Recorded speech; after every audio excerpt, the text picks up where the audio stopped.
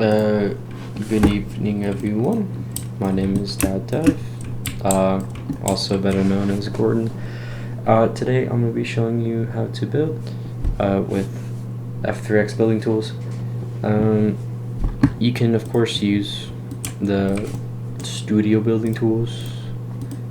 I just find F3X just much easier to mitigate around with, because it has a lot of functions built into the tool that are in these individual tabs. So first off, I just want to start off with axes. Axes for global, say you have 2 bricks here. I feel like it's the best example I can. When it's going to move, it is going to move the whole part in that function, in the direction it goes, and that's usually at every 90-degree angle. Local will move the part into whatever direction it's facing. So as you can see, when I move this part to its right side, other parts will do the same. And last is a little weird. It usually involves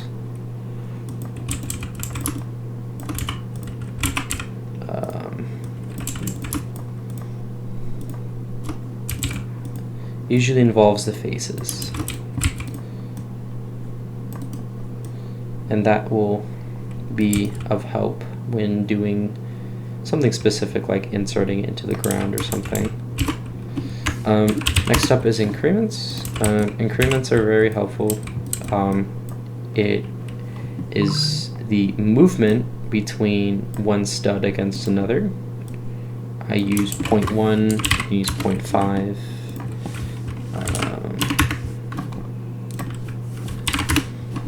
You know, very simple stuff. I would not recommend 0.01 because as you build, it's very hard to not only line up your parts. However, if you do like that, it's stuff like that that you don't want happening when you build. So just stick with multiples of 5 or 1.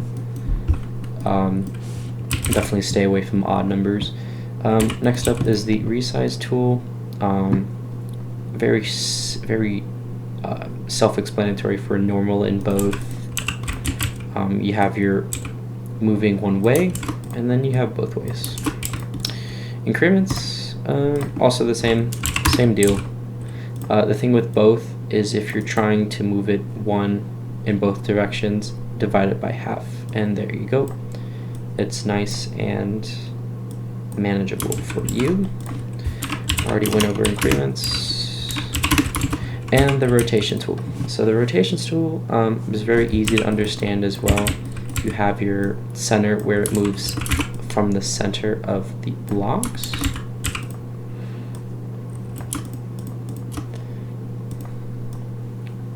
Very easy to understand. Local is going to rotate in the parts, the inside, and then it's like the move tool except rotation really. And then last, you select a part and it moves where you choose to have it. There's also another function that not a lot of people know about, and that is when you press T on your keyboard, it brings up a little X, and this X allows you to rotate at a edge on the part, and this is very helpful for when you're doing arches. It makes making arches very easy. Obviously you'll have this gap, but then if you're building in Studio, you just get gap fill and just fill it like that. Or if you don't want to do that, you can easily just do it like this. you know, whichever one you're comfortable with. If you're building in terms of part budget, you might want to use this. This is usually cleaner. Just don't use with bricks, because as you can, or any textures, because they will clean. The surface tool, this one's relatively easy to understand. It allows you to choose what kind of part it is. You have your smooth, you have ones with studs, inlets. Some of them are just decorative, some of them are actually hold a purpose. Welds, hinges, motors, universal, and glue. I'm not sure. I think if you unanchor it, this is going to be a learning experience for both of us. If you do that, yeah, if it's glue, that means once it lands, you can't move it. It's like anchoring. It's like have an object fall. Once it hits the ground, it sticks. Very simple.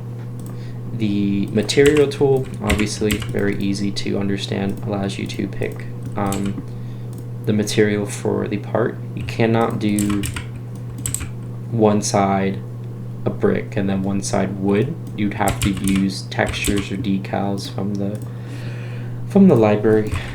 Nothing too big. Anchor tool, self-explanatory. Obviously, if it's going to be in the air, you have it unanchored, it's going to drop. And of course, you can kick it around if you want. The collision tool, if it's off, it means you can go through it. If it's on, it means the player cannot go through it. Usually helpful for doors and stuff like that. The new part tool, which is J, allows you to pick a part from here. You can do a vehicle seat or spawn, or you can even do a ball. Resize it, whatever you want with it.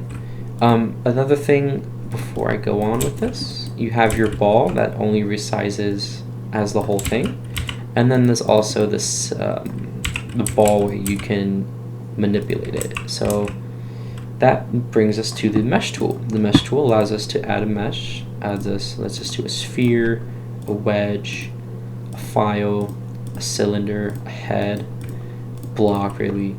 The thing with these meshes is they have their own, how do I describe it? They have a hitbox that is the size of whatever the object is. And I will show you that real quick. I really don't like R30, whatever the hell it is, R15. So you have your normal ball that you can go up and down with, and then you have your meshed block. This you can only, it's going to be the hitbox of the block, or however the size is. And that's the major two differences. Obviously, if you're going to be using, what is that? Well, whatever that is.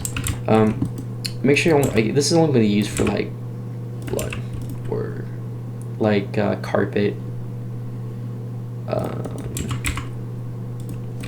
You know, really easy. Not too where's fabric? Not diamond plate. Not too obscuring. Obviously, you're gonna have this stick under the floor, so most of this time it's gonna be for decorative purposes. The texture tool lets you add decals. As I mentioned, with the texture tool, you can add it pretty much other decal texture. The difference between the two is decals are a flat image. Usually, let me see here, I'll show you an example. The decal is treated with the block. Let's see here, let's just do this window. So you can stretch it, you can make it short, but as soon as, and I will take this texture from here, delete that. As soon as you add a texture like this, it brings up two options: the repeat, the transparent. Actually, I think this one has transparency. Yeah, and then the image ID. So you go ahead and add your texture, and the repeat is for every stud, and so it will repeat every 5 studs one way. This is the x-axis, and then this is the y-axis. Transparency is pretty self-explanatory. It's how visible it is on the block. 0.9 is obviously, like, 1 is like disappear, and 0 is highly visible. I think that's it for the texture tool. The weld tool, usually used for unanchored parts. Let's say we have this right here. It's unanchored, but we can weld it like so. And when we go ahead and play real quick,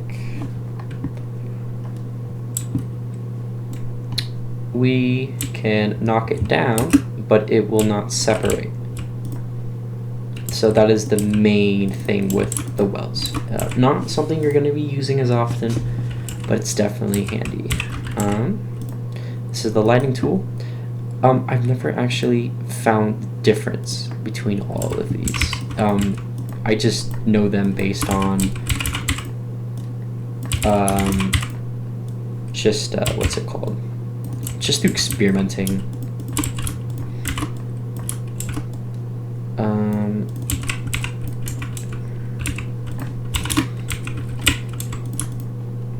Let's see here. Oops. Okay. Usually best done with voxel lighting, which you can go to lighting, technology, shadow map. You want to change it to voxel. Changes it just a little bit. Just the black. I think voxel works better with it.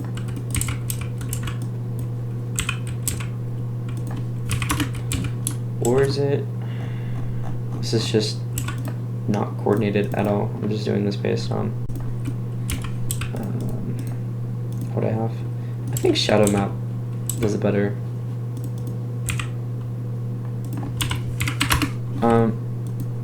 It's weird, very weird. I think surface light is probably the best, or point light. Point light's just the easiest to work with if you just want to light a room up.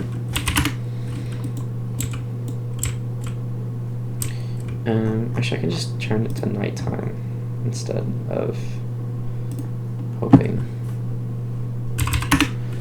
of, yeah. So you have your point light, which is just a ball of light. Spotlight, that just faces in one direction. And then there's surface light.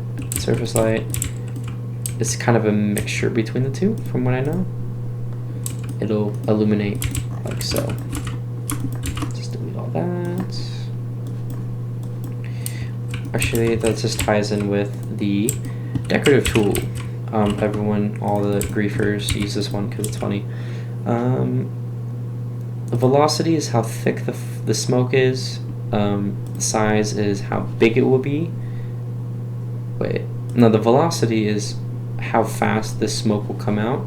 The opacity is how thick the smoke will be, or the fire, or the sparkles, and then the size is how big it will get. If it's at size 1, it'll travel up 1 and then like dissipate, I guess. Fire, not sparkles. Fire is super easy. This is probably like the better one for griefers. This one's weird though. The heat is how much it'll go up. Like, it'll form like a Christmas tree, really. And then the size, of course, is how thick the fire is, I guess. Sparkles, it's self-explanatory. It's just sparkles. But yeah. But yeah, that's pretty much building in a nutshell. It's not hard. Everything is time and practice. And yeah, we also have the clone, export tool, delete, you know, your basic tools. Just the biggest tip I can give to anyone building is watch these positions, and just be precise, because bad placement of the brick will end up in the brick when you do rotate it, or when you put another brick next to it, it'll end up not looking as good. So you always want to make sure that when you do build, you just keep an eye on everything's size and avoid the smallest increments unless you're like being detailed, like you're making a crown jewel building or whatever. So yeah, I guess that is all the that is the fundamentals of using the F3X tool. For my next episode, I guess I'll talk about detailing and utilizing every brick possible, like wedges and balls and all that good stuff, to really maximize how good your building is. All right, you guys have a good one.